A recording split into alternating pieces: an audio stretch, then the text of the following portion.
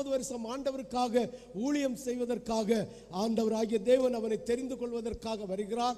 முச்செடியிலே கர்த்தராகிய தேவன் அக்கினியிலே இருந்து அவனுக்கு தரிசனம் கொடுக்கிறார். அவனோடு பேசுகிறார். பேசும்போது அவனுக்கு கொடுத்த ஒரு கட்டளை, உன் பாதரட்சையை கலற்றி போடு, உன் பாதரட்சையை கலற்றி போடு என்கிற ஒரு கட்டளையை கொடுத்தார். ஹல்லேலூயா.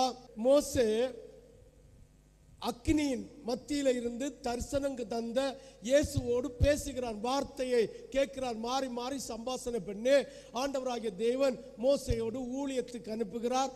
ஊழியத்துக்கு அனுப்பி அவனை மகிமைப்படுத்தி அவனோடு இருப்பேன் வாக்கு தத்தம் கொடுத்து அனுப்புகிறார். ஹல்லேலூயா, ஹல்லேலூயா.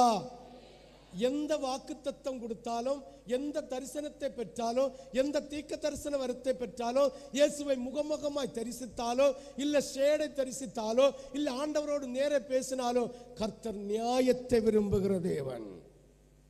வாசிங்க 38வது வசனத்தை, 28வது வசனத்தை, 37, 28. கர்த்தர் நியாயத்தை விரும்புகிறார். ஹல்லேலூயா, ஹல்லேலூயா. கர்த்தர் யாரை என்ன விரும்புகிறார்?